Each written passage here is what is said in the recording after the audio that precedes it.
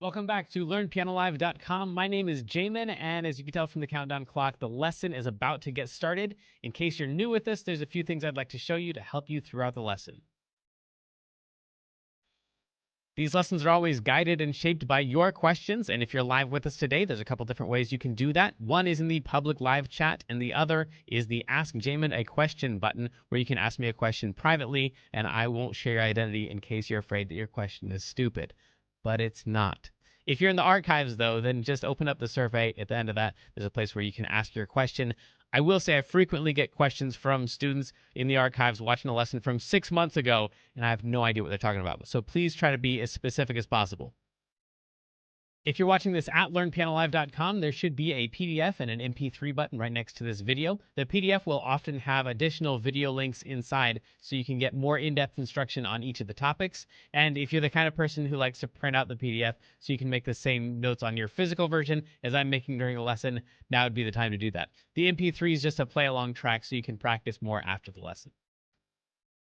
In traditional lessons, a teacher is going to actually present some new concept for maybe 5 or 10 minutes every couple weeks. The rest of the time is going to be spent applying and refining those concepts. Well, here I'm spouting off hours of new information every week, so it's totally unreasonable to expect you to actually absorb all of that. Instead, the goal of these live lessons is for you to find some little nugget of something that makes sense, but is a bit of a challenge, and for you to go practice it, because practice is where all the improvement's going to happen.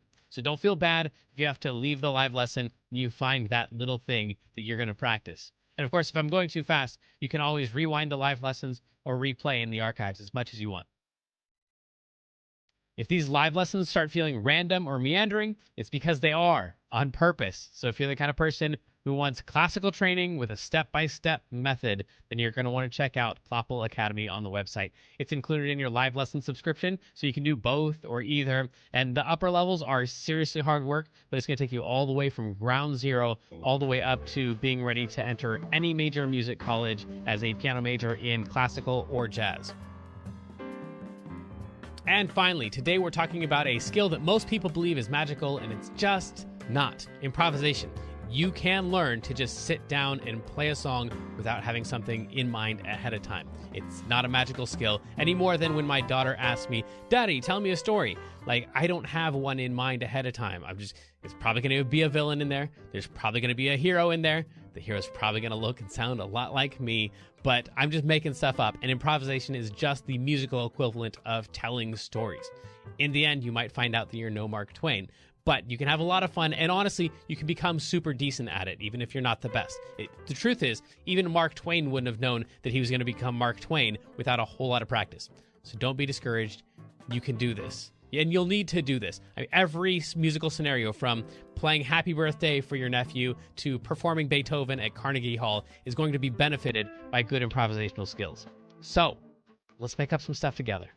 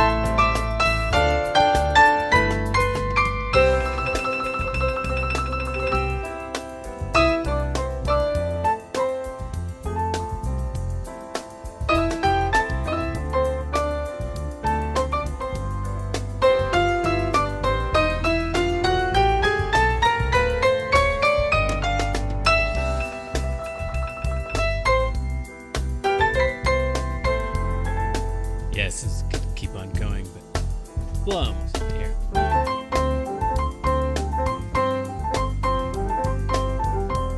The track is going to keep on going for another 5 minutes or so, but let me show you some of what I'm doing there.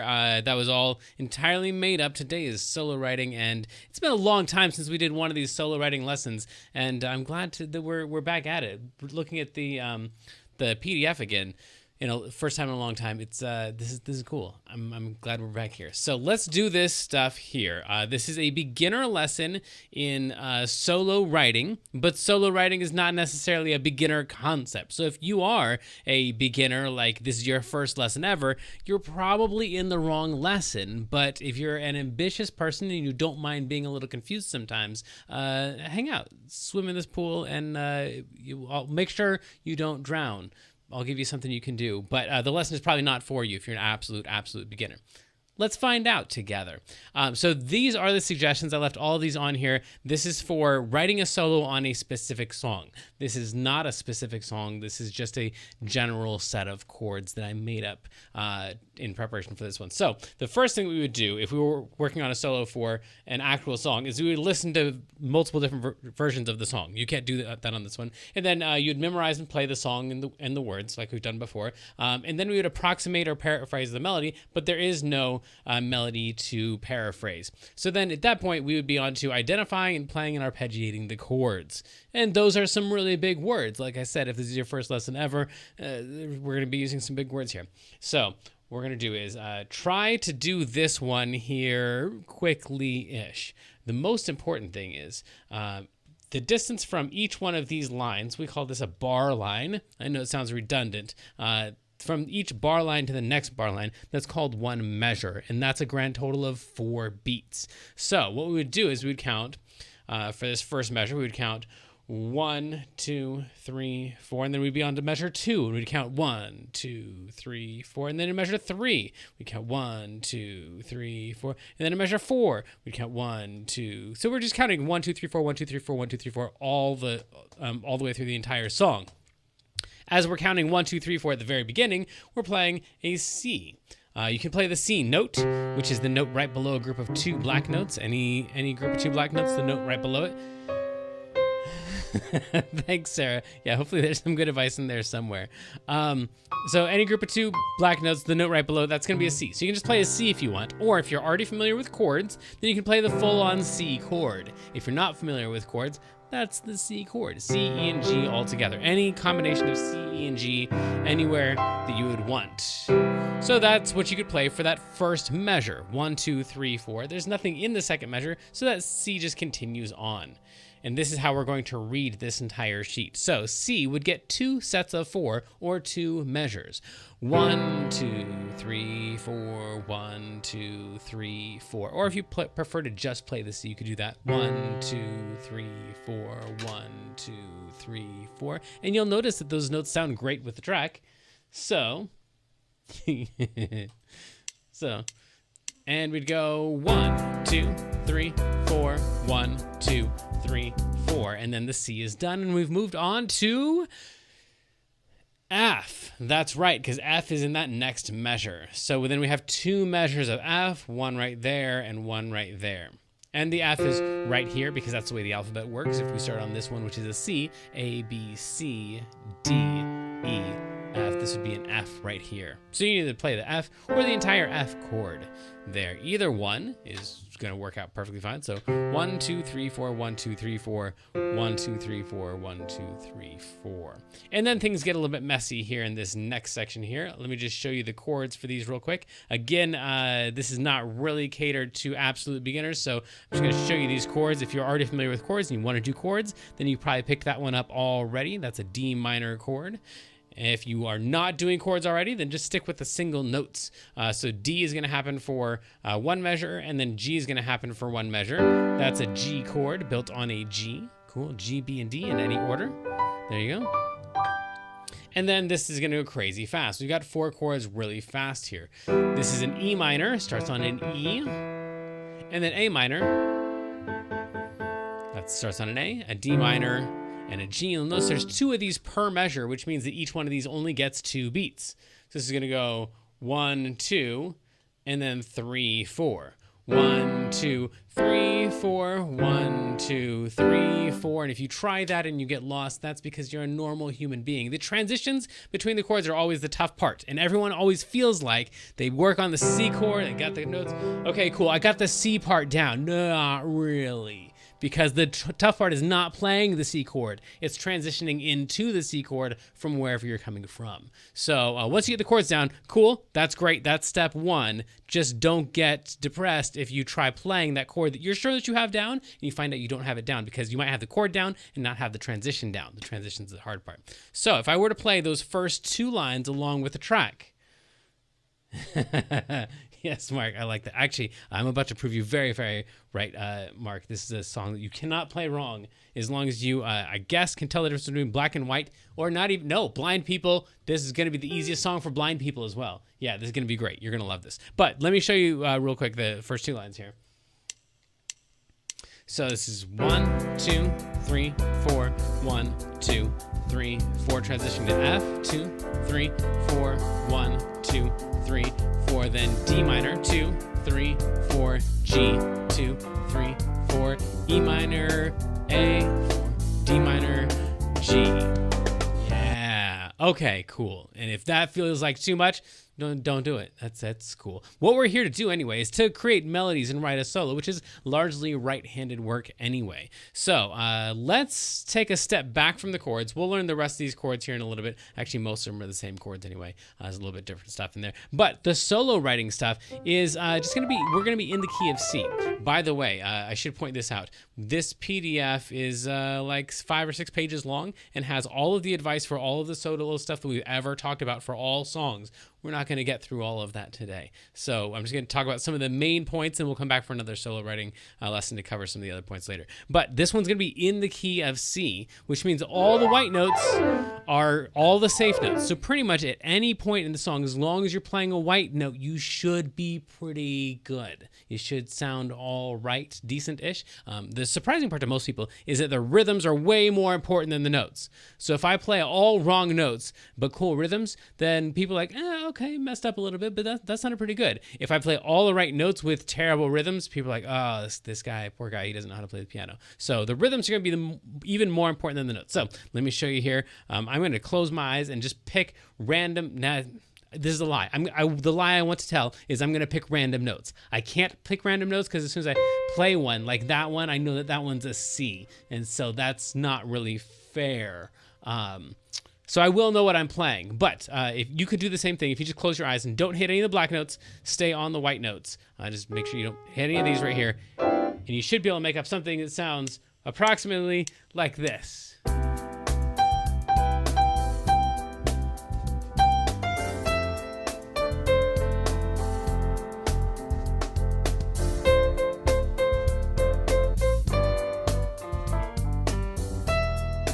I'm not even playing that many notes. I kind of dig it already.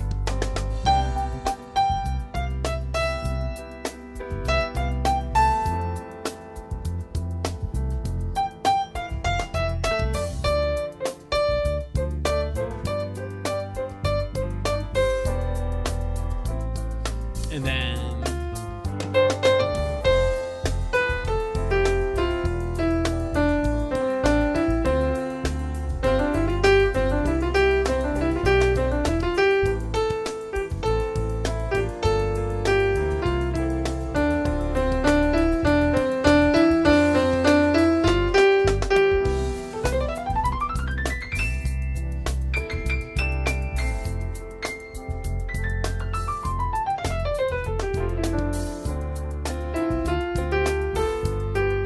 trying to be as random as possible, but all the white notes sound pretty decent. So the first thing is just noodle around, and I've spent at least thousands of hours just doing that, just noodling around, not on this song in particular, but just noodling around inside the key and see what sounds cool, and you come up with cool stuff like, there's just a bunch of 5-finger pattern notes all in a row.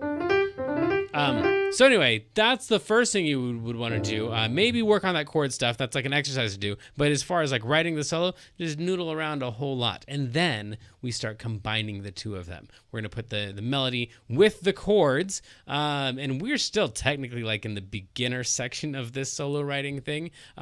We probably should have started with just noodling in the key of C. That'd be great. But anyway, back to the chords. I do want to show you the second half of these chords and then show you something about form. Yeah, we're definitely doing like intermediate stuff at this point. So if you are a beginner, noodle, period.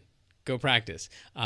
Chord people, here we go. Let's finish off these chords. We're on the last two lines here.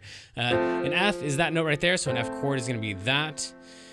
E minor, and again, we've got two chords per measure in this case, so it's going to be E minor to A minor to D minor to G to C. By the way, if you've ever heard the phrase circle of fifths, or you're familiar with the circle of fifths, then I'm digging the chat today. You guys are funny. This move to this move to this move to this move to this move, that's all circle of fifths stuff. So yeah, that's gonna be cool. So this move, E minor to A minor to D minor to G to C, that might feel like, man, that's a really major pain in the rear, but that thing is gonna pay off later on because that thing's gonna show up a ton of times. Or you just skip over that section and not play the chords. You could play the F chord and then just noodle, noodle, noodle, noodle, noodle here, and then pick it back up when it's easier. But anyway, if you wanted to, we end up on a C chord, and then right here, it gets even crazier. This may be the craziest part of the entire song right here. So this is C gets beat 1 and 2, and then B diminished, which is this guy right here, is gonna get just beat 3, only one beat. That's it. And then beat 4 is going to go to the E chord, and the E chord has a black note in it. It only lasts for one beat, so if you don't play if you're soloing and you play a bunch of white notes, I don't think there's going to be any problem with it clashing with this chord, because the truth is it passes by so fast that it won't even have time to clash really, and you could skip all of these chords if you wanted to, or just the B diminished to E, but that's technically what's going on there for beats 3 and 4. Do what you want with that. Then we're into A minor.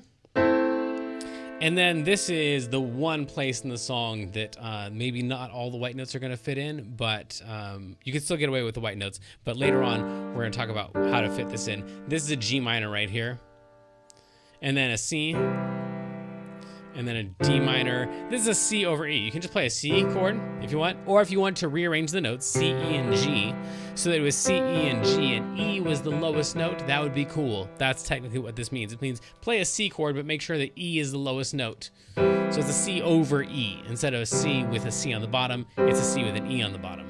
Cool. And then D minor, and then G. And then we're back to the beginning again. Now, one more little point here that I want to make is that this is an AABA form. So that means this is actually going to get split in half here.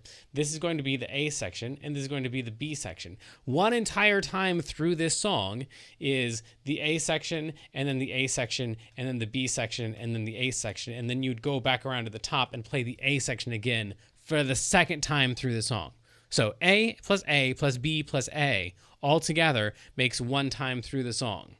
AABA.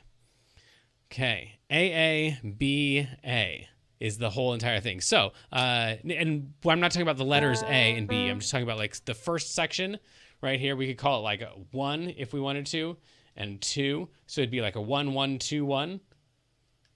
Or AABA, however you want to think about that. In music, we call it AABA, but you could call it a 1, 1, 2, 1. But anyway, that's going to be the form of it. So I'm going to play along with the track. I'm just going to play the chords. They're probably too fast for most of you to play along with, but hopefully if you just watch me, you can try to predict what I'm going to play next. And if I play what you were predicting, then cool, you know what to practice. If I play something different than what you were predicting, ask some questions, because it should hopefully start to make sense approximately now. Let me call out the chords as I go. 3, and here we go. C, 2, 3, 4, C, 2, 3, 4, F, 2, 3, 4, F, 2, 3, 4, D minor, 2, 3, 4, G, 2, 3, 4, E minor, A minor, D, G, back to the A section again. That starts with a C, and C, 2, 3, 4, F. D minor, 2, 3, 4, G, 2, 3, section, it starts on F. F, 2, 3, 4, E minor, A minor, D minor, G, C, B diminished E, A minor, then G minor, C, D minor, C over E, D minor, G, back up to the A section again. C, C, 2. We're on the last A section now of the AABA. We're on the last A.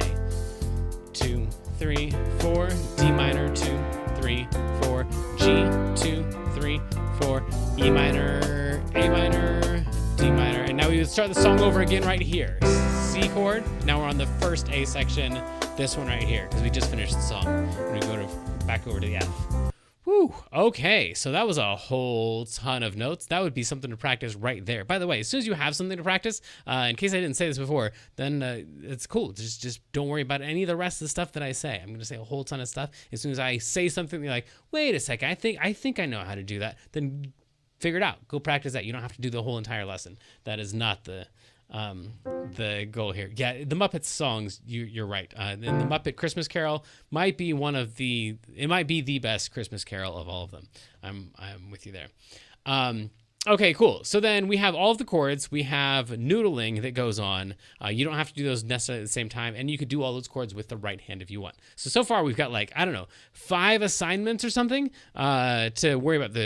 Try the chords in your right hand, try noodling, and playing the individual notes, the roots of each of the chords. That's a whole lot of stuff we've said, and we're kind of just beginning. So if that stuff made sense, go practice it. If you're like, yeah, get on with it. Tell me about writing a solo. We'll continue talking about writing a solo. Let's do this. Let's take our C major scale, and we're going to take out 2 notes out of the scale. Try to predict which 2 notes we're going to take out. They are the places in the scale where we have a half step instead of a whole step. So from here to here, that's a whole step because that's 2 half steps. And then from here to here, that's a whole step as well. But from here to here, there's no note in between. So that is one of our half steps. So we're going to take out that note right there. We'd have these last notes right here. Any ideas what other note we're going to take out here? Last note we would take out would be a B. And if we take out the F and the B out of this one, then we have no half steps in this entire scale. Everything is a whole step or larger. So we're going root, up a whole step, up a whole step, up a step and a half, up a whole step, up a step and a half. So everything is either a whole step or a step and a half in this one. We call this the pentatonic scale. It's a 5-tone scale that doesn't have any half steps in it at all. And so what does that mean? We probably don't want to get into that. All these notes are going to be safe-ish to play, safer. These are generally the notes that are going to sound good least frequently. They're most frequently going to be troublesome notes. So if we just leave those out, we're left with these notes right here. 1, 2, 3, 4, 5. And then we can repeat that pattern. 1, 2, 3, 4, 5, and 1, 2, 3, 5. If we just played those notes and noodle around with those instead of the whole entire scale like we did before, we could get away with something like this.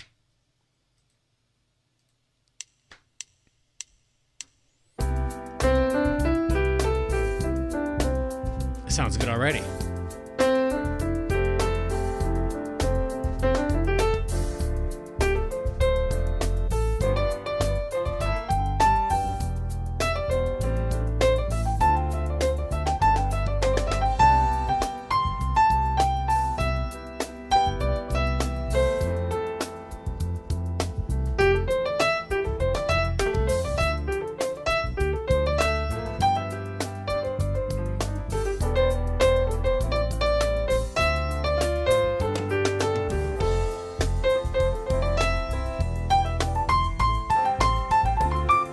I'm trying to mess this up, but it's hard to. If you keep decent rhythms.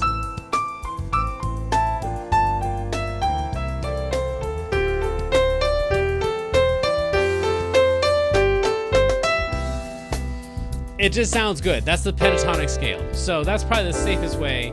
And maybe you just want to try practicing the pentatonic scale along with the track. And it's going to sound pretty pro. It's going to sound really good. So that's one idea, and now it's time for us to stick these 2 ideas together, and this is definitely where we're getting into the advanced part of the lesson, where we're going to try thinking about the chords and also thinking about our pentatonic scale and our major scale together. So we're going to noodle, but we're going to try to noodle by starting on the root of each chord. So noodle around, play whatever you want, but when it's time for a C chord, start with C. And then noodle, noodle, noodle, whatever you want to play, pentatonic scale, major scale. But when it's time for an F chord, we're going to nail an F out of that chord. And then noodle around, whatever you want to play. And then when it's time for a D, we're going to try playing a D. And then noodle, noodle, G, something, something, something, E, something, something, A, something, something, D, something, something, G, something, something. And then we're back to the beginning. Okay. That's a lot to think about. If you wanted to, you could skip over a bunch of those. The most frequent ones that people are going to want to skip over are those. So you could just pretend that the lead sheet was that right there. C to an F to a D minor to a G, and then back to a C. That would. Oh, hey, it's good to see you, Mikhail. Yes. We can talk about that later. Cool. I'm glad you're here. I'm glad you're in the chat. Okay, so then if you wanted to do that, you could, but that would perhaps sound something like this. Let's start off nice and comfortable. We're going to go with C, and then make sure that when it's time for F, we nail an F. And then we can play a D, and then something, something, G, and then E minor, A minor. I don't know, it's too much to think about. Back to the C, and C. And that worked. Like that, I didn't have to play all the chords. You can skip whatever chords you need to. Eventually, as an exercise, as your piano teacher, I should be trying to get you to play all the chords. But as a fellow piano player, I've got a lot of sympathy for skipping over chords because sometimes there's a lot of chords. So now that perhaps a little more artfully would be something like this. C.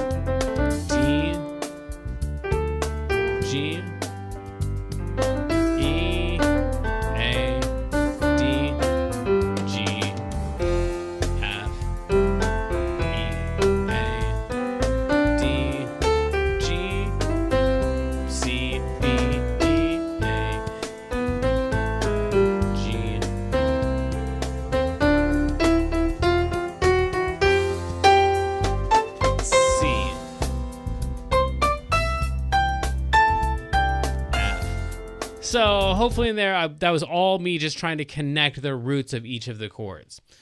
Okay, cool. So then for a lot of people, that was like, ooh, that's way too much, and that you need to practice less than that. Maybe just a couple of the chords plus some noodling. Cool. For some people, you're like, yeah, I already know that. I can play the roots of the chords. What else can I do? So then the next thing you could do is think more analytically about the chords. And if this is a C chord and we have 1, 3, and 5, 1, 3, and 5, you are right, Mikhail. That was it. I did not let you into the Zoom. Everybody in the chat, what he's saying is right. So then C, E, and G would be the 1, the 3, and the 5. This would be the 3 right here. And so instead of trying to connect the 1s of each of the chords, we're going to try to connect the 3s of each of the chords. This is going to make it sound probably a little bit more professional, a little bit more melodic. So I'm trying to go from the 3 of the C to the 3 of the F to the 3 of the D to the 3 of the G to the 3 of the E to the 3 of the A to the 3 of the D to the 3 of the G. And now I'm thinking about the 3s of each of the chords. Alrighty, cool. Let's try that. And C, F,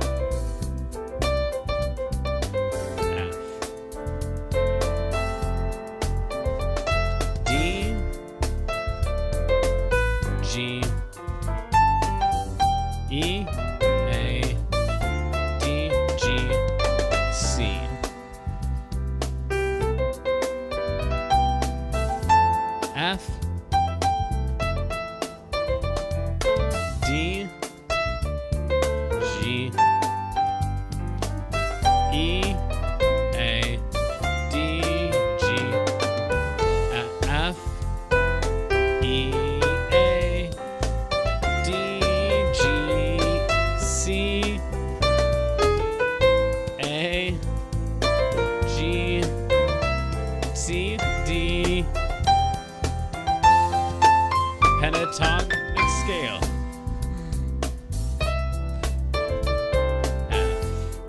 Okay, cool. So there's a lot.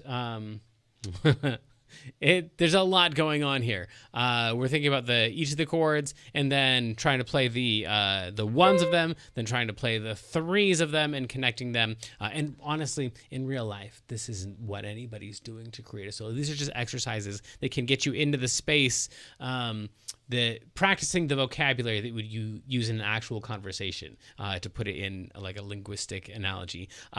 So connecting all the threes, that's hopefully not what anybody's thinking about as they're playing an actual solo. But as you do it, you'll run into stuff that sounds really cool. Like that one that I came up with for this thing right here, going from the B to the E to the A. That was really cool. Just trying to connect the 3 of the B to the 3 of the E to A. So that right there, like that might be a thing that I would actually play, but I wouldn't continue to link all the 3s and the 3s and the 3s and the 3s and the 3s. That's just something you would practice, so that you can help build your own vocabulary, so you can start telling your own musical stories here. Alrighty. On top of that, if you wanted to, we could start playing some, well, what I did at the beginning, just to add a little bit of like body to the individual notes, was I was just playing the same thing in both hands. So if you go back to the beginning of the lesson and watch me soloing, whatever I'm playing in my right hand, I'm playing in my left hand. So that's helpful to add some body. The other thing you could do to add some body is to actually play the chords in there, or some parts of the chords. So instead of playing just an E by itself, you could play the entire full C chord. F, D minor, G, E minor, A, D, G, C. That might sound something. Oh yeah, Mikhail, don't try to join the Zoom. You can't do that. Yeah, all right. Yeah, there's no Zoom to join. You are in the right place. You are watching the lesson. This is the lesson. Cool. All right, so then with the chords and whatnot, it'd be something like this. I'll try to call out the chords. C, F, D minor, G, E minor, D minor, G, C,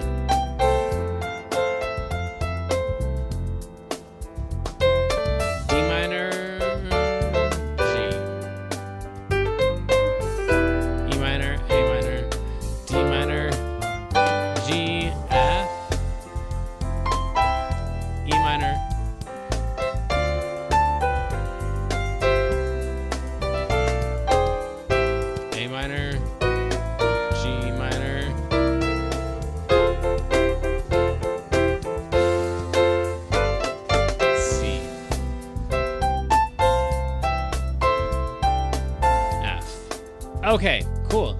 I think I've now covered in the lesson everything that I did at the beginning.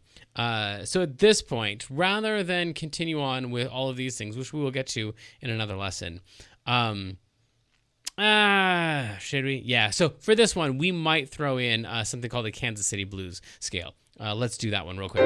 This will be our last point for the day before I play it at the end. So then just the pentatonic scale plus the flat 3, because you probably saw me at the beginning playing this note a little bit also. So if we play the pentatonic scale plus E flat, that's called the Kansas City Blues scale. And it just adds a little bit of bluesiness, a little bit of flavor, a little bit of spice to that regular pentatonic scale. So that one right there, if I add that one in, it'll sound like this.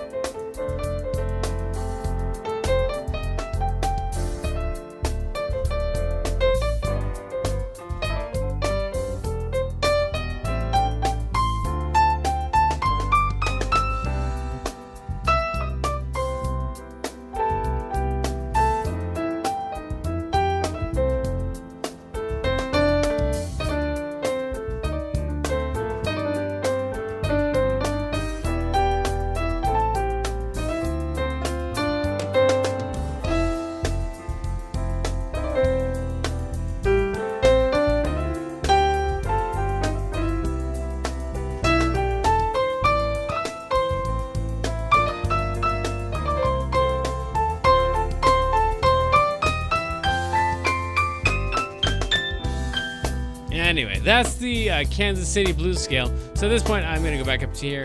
Sorry, I should have been there the whole time. So this is the last A. Let's take one more chorus. I'll see if there's anything else I want to throw in before we end the lesson. Here we go.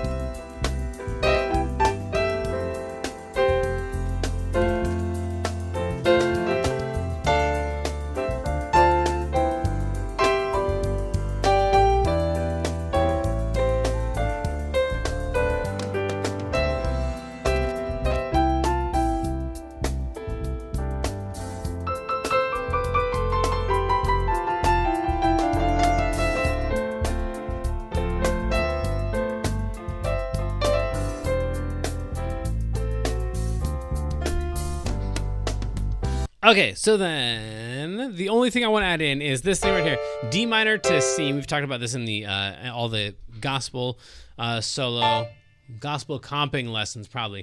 So D minor to C, that's a thing. The 2 chord to the 1 chord. So if we just play the C chord, which is the 1 chord in the key of C, because it's built on the 1 of the key. So that's the 1 chord. This is the 2 chord. So we have the 1 chord and the 2 chord back and forth. Those 2 chords together comprise almost all of the notes of the scale. All we're really missing is this one right here. This is the only note of the scale that doesn't get played. So with a D minor and a C in the key of C, I can play all of the notes of the C major scale except for the 7, the B. So then, when I solo, this thing right here, I can get kind of like a gospel-y, bluesy feel if I just play this D minor to C. And this is a D minor to C in a different version. D minor C, D minor C, D minor C, D minor C, D minor. So then, especially on a song like this that kind of has like a little bit of extra spice in it, then that one's gonna help out a little bit. You just moving back and forth between D minor and C.